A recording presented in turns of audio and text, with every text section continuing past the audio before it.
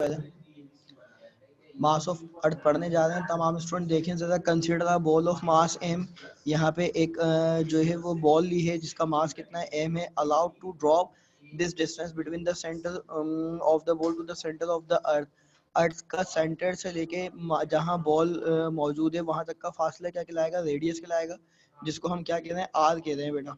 Sir क्या कह रहे हैं, आर कह रहे हैं sir which is approximately equal to the radius of the earth, जो कि किसके इक्वल होगा, रेडियस ऑफ द अर्थ के इक्वल होगा बेटा। किसके इक्वल होगा, सर रेडियस ऑफ सर अर्थ के दोबारा इक्वल बता होगा। दें। जी बोलें, सर दोबारा बता दें। आप चैट पर रिप्लाई कर दें बेटा, तो मैं फिर हाँ ये कॉपी सर कर ये लेता हूँ। फेयर करना है। बेटा चैट पर आप पूछ तो रहे हैं, मैं आप लोग को जवाब दे रहा हूँ, फिर आप बोल क्यों रहे हैं क्लास में, क्लास में ना बोलें। ये फेयर नहीं करना इसको, इसके आपकी जो है वो बेटा वीडियो रिकॉर्ड हो जाएगी, तब आप फेयर कर लीजिएगा, अभी फेयर नहीं करना। ये दोबारा समझा रहा हूँ, वेट करें। ओके मास ऑफ अर्थ निकालने जा रहे हैं बेटा। मास ऑफ अर्थ निकालने के लिए आपको न्यूटन यूनिवर्सल ऑफ ग्रेविटेशन जो है वो फॉर्मूला यूज करना है, क्योंकि लाजमी सी बात है, मास अर्थ का मास m1 होगा तो उस ऑब्जेक्ट का मास m2 होगा जो कि ऑब्जेक्ट का हुआ होगा।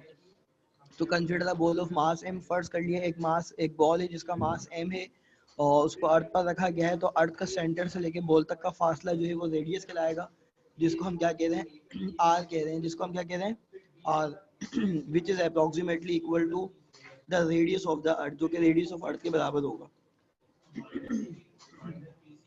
if the mass of earth is represented by me, अगर हम बोलते हैं कि मास ऑफ अर्थ me के बराबर है, तो then the applying the law of gravitation, then applying the law of gravitation, then applying the law of gravitation, capital F is equal to capital G m1 m2 upon r square. ये बताएं, कल हमने इसका formula drive भी किया था, इसका हमने कल फॉर्मूला ड्राइव भी किया था बेटा। अब मुझे बताएं ये फोर्स किसके बराबर होगा, ये फोर्स जो है वो किसके बराबर होगा, ये फोर्स mg के बराबर हो जाएगा, क्योंकि फोर्स की हमने अब लास्ट टाइम वेट की हमने डेफिनेशन बताई थी कि weight is the force with which Earth attract a body toward its centre. कि वजन वो कुव्वत है जो जमीन किसी भी जिस्म को अपने सेंटर की जानिब लाने की कोशिश करती है, तो वो फोर्स कन्वर्ट हो जाता है बेटा किस में, वेट में कन्वर्ट हो जाता है। और वेट का फॉर्मूला क्या होता है, mg। तो आप देखिए शाबाश, जरा मैंने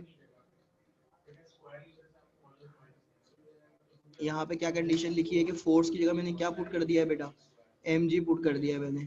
और आप यहाँ पे देख रहे हैं कैपिटल G m, m1 को हमने स्मॉल m माना, m2 को हमने स्मॉल कैपिटल me माना, और r को हमने रेडियस ऑफ अर्थ माना, वैल्यू पुट कर दी हमने। उसके बाद देखें तमाम स्टूडेंट, यहाँ पर क्या कंडीशन है बेटा कि ये वाला m जो है, अगर मैं इस m की बात करूँ स्मॉल m की, तो ये स्मॉल m बेटा क्या होगा, कैंसिल आउट हो जाएगा। स्मॉल एम से कैंसिल आउट होगा, जो रिमेनिंग बचेगा वो कॉपी कर लेंगे। Small g is equal to capital G M e upon R e square. M g बेटा वेट का फॉर्मूला है, हमजा एम जी जो है वो वेट का फॉर्मूला है। एम जी को हम क्या कह रहे हैं, W is equal to m g. Weight is the force with which Earth attract a body toward its centre. वजन वो कुव्वत है जो जमीन किसी भी जिस्म को अपने सेंटर की जानिब लाने के लिए कोशिश करती है, तो वो फोर्स जो है वो वेट में कन्वर्ट होता है according to Newton second law of motion. F बराबर होता है एम ए के, तो वे according to the definition of weight W बराबर होता है बेटा एम जी के। तो अब आप देखें तमाम स्टूडेंट, एम से एम जो है वो क्या होगा, कैंसिल होगा, शाबाश। और फिर स्मॉल जी रिमेनिंग पार्ट आ जाएगा is equal to capital G M e upon R square. अब मुझे बेटा यहाँ से क्या निकालना है, मास ऑफ अर्थ निकालना है, शाबाश। यहाँ से क्या निकालना है, मास ऑफ अर्थ। तो mass of sir slow earth slow समझा दें। हो रहा है, कैपिटल जी क्या हो रहा है इससे, भाई समझ नहीं आ रहा, इससे समझाएं। अगर दोबारा आ जाए, मैं दोबारा इस फॉर्मूले से बता दूँ। एफ बराबर है capital G m1 m2 upon R square. यहाँ तक बात क्लियर हो गई।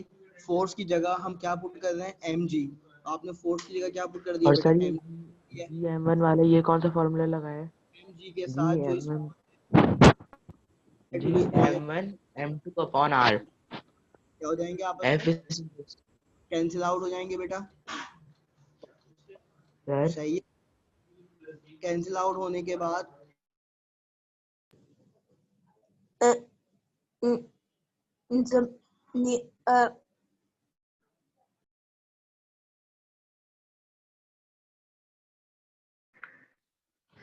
सर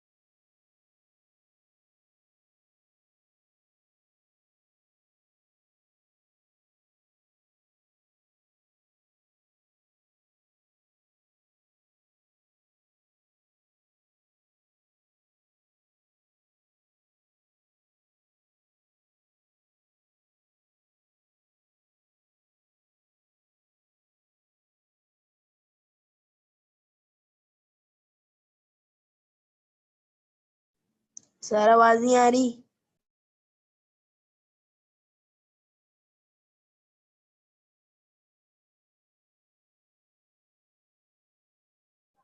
सर आवाज बिल्कुल नहीं आ रही। सर सर आवाज नहीं आ रही। मास ऑफ अर्थ निकालना है, जब हमें मास ऑफ अर्थ निकालना है तो हम सारी वैल्यू पुट करेंगे। सर पीछे से समझाएं, समझ नहीं आया, आवाज ही नहीं आ रही थी आपकी। दोबारा समझा रहा हूँ, देखें भाई, आपके पास मास ऑफ अर्थ का फॉर्मूला यहाँ से देखें, स्मॉल जी बराबर है किसके, capital G M e upon R e square. मैंने ये कहा था कि R e square right side पे डिवाइड हो रहा है तो लेफ्ट साइड पे सर जाके शाबाश मल्टीप्लाई होगा। सर सर एफ इज और equals to mass of Earth, यहाँ पर मास ऑफ अर्थ जो है बेटा कैपिटल जी मल्टीप्लाई हो रहा है तो इक्वल टू का लेफ्ट साइड पे जाके क्या होगा, डिवाइड होगा। मास ऑफ अर्थ रख देंगे g R e square upon capital G बाद में रख देंगे।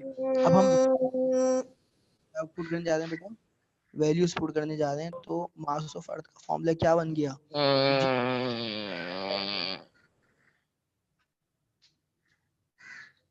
सर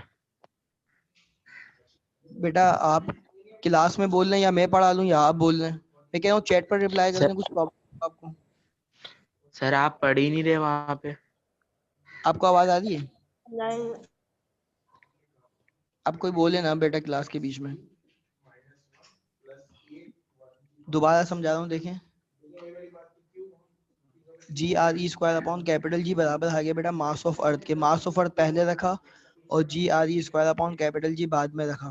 स्मॉल जी की वैल्यू कितनी होती है बताएं, 9.8 मीटर पर सेकंड स्क्वायर, ये आपको याद है। स्मॉल जी की वैल्यू कितनी होती है, 9.8 मीटर पर सेकंड स्क्वायर, ये आपको याद है। कैपिटल जी की वैल्यू कितनी होती है, 6.67 10 raise to the power -11 newton metre square पर किलोग्राम स्क्वायर।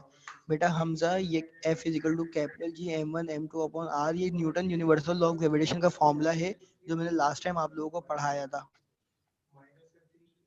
ये F is equal to capital G m1 m2 upon r square बेटा Newton universal law of gravitation का फॉर्मूला है जो मैंने लास्ट टाइम आप लोगों को पढ़ाया था। अब मैं वैल्यूज पुट करने जा रहा हूँ। वैल्यूज किस में पुट करूंगा, इसमें मैं वैल्यू पुट करने जा रहा हूँ। अब मुझे बताएं तमाम स्टूडेंट कि जी की जगह मैंने क्या पुट कर दिया है, जी की जगह मैंने क्या पुट कर दिया है 9.8, और ई की जगह मैंने क्या पुट कर दिया 6.4 मल्टीप्लाई 10 की पावर 6 का होल स्क्वायर, और कैपिटल जी की जगह मैंने क्या पुट कर दिया 6.67 10 की पावर -11। अब तमाम स्टूडेंट देखें, ठीक है, यहाँ तक समझ में आ गई बात जी। अब्दुल रहमान क्या पूछना चाह रहे हैं, पूछें। ठीक है, हम स्लो पढ़ाते हैं आपको, पहले पूछें क्या पूछना है अब्दुल रहमान को, चैट पर पूछें।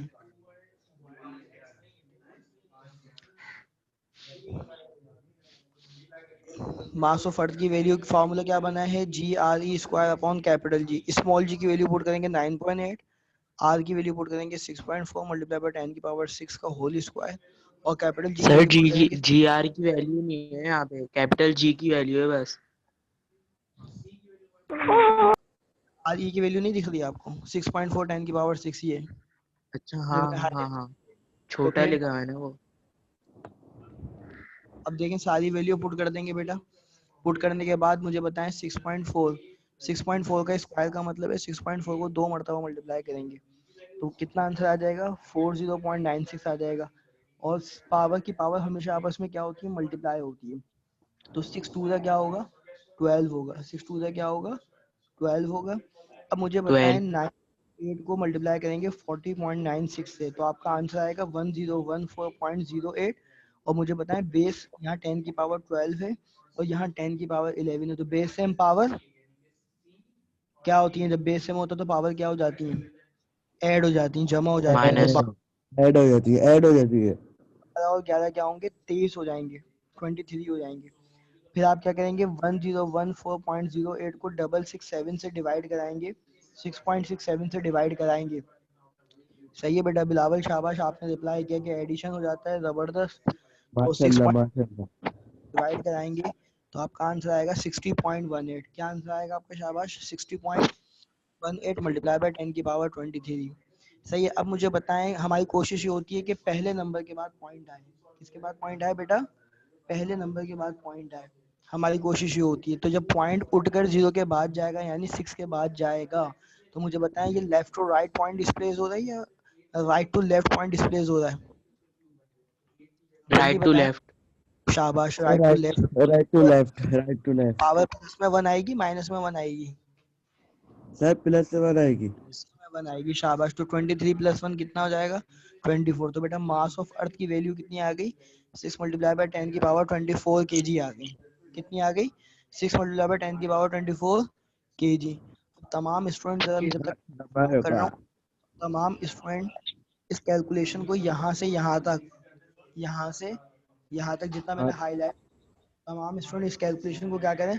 अपनी कॉपी पर लिख ले। सॉल्व, चैट पर रिप्लाई करें डन का, जल्दी। सर क्या करें? हो गया। सो रहे हैं क्या? एक मरतबा सोना करें ना। सर तमाम आपकी आवाज कट गई थी। तमाम स्टूडेंट बेटा ये जो मैंने हाईलाइट किया है येलो से, मास ऑफ अर्थ के फॉर्मूले से लेकर यहाँ तक 6 मल्टीप्लाई बाय 10 की पावर 24 तक एक मरतबा कॉपी में लिख कर देखें ताकि प्रैक्टिस हो जाए, फिर हम आगे चल रहे हैं। और जो जो लिख ले वो मुझे डन का रिप्लाई करें। सही है बेटा? तमाम स्टूडेंट को बात समझ में आ गई? यस सर, आ गई। यस हुज़ैफा, आप बेटा आपको मुझे अलग से समझाना पड़ेगा क्या? हम आप कहने हैं डन हो गया, इतनी जल्दी कॉपी कर लिया आपने? कॉपी करने से हमारी इसको एक मरतबा प्रैक्टिस करें, 2 मिनट है आपके पास, और चैट पर डन का रिप्लाई करें।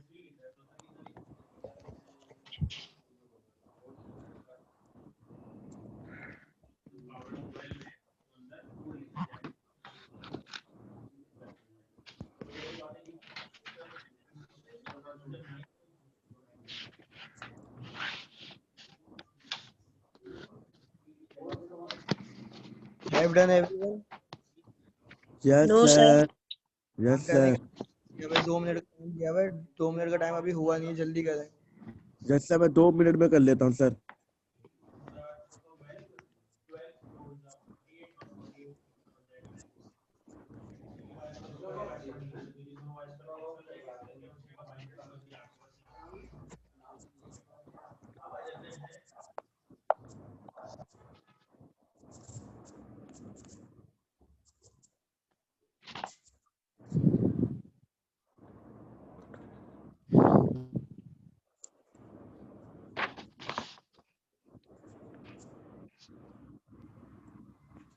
चलें, हुज़ैफा ने कर लिया है, बिलावल का रिप्लाई आ गया है डन का, तलहा का रिप्लाई आ गया है, अब्दुल रहमान का रिप्लाई नहीं आया।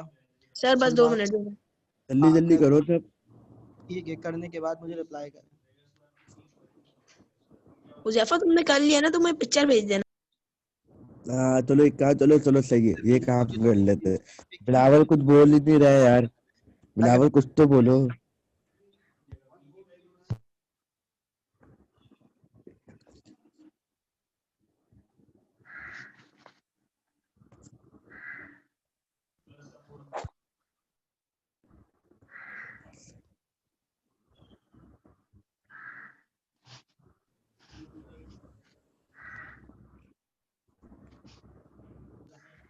सर और पढ़ा रहे, टाइम खत्म होने वाला है सर। बेटा बहुत शुक्रिया आपके बताने का। लेकिन तमाम तो फिर आगे बढ़ते हैं।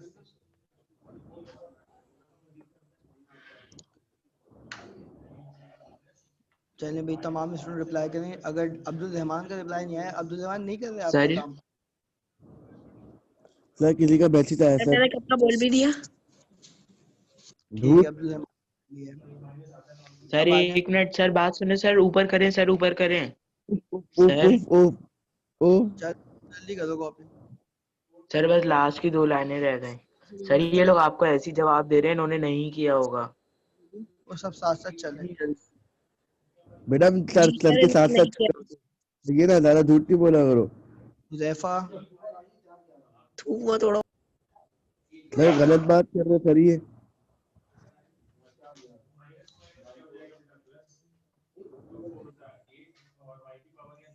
सर हो गया। चले अब अगला टॉपिक देखें, variation in value of g. Variation in value of जी।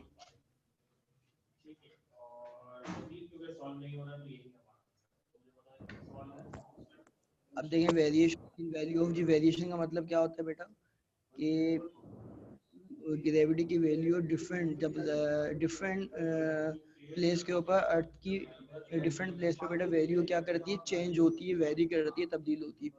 मिसाल के तौर पर हमने आपको पढ़ाया था चैप्टर नंबर 3 और 4 में, अगर कोई ऑब्जेक्ट अवे द अर्थ जाता है तो ग्रेविटी किस में आती है, माइनस में आती है। जब टूवर्ड द अर्थ आता है तो ग्रेविटी किस में आती है, प्लस में आती है।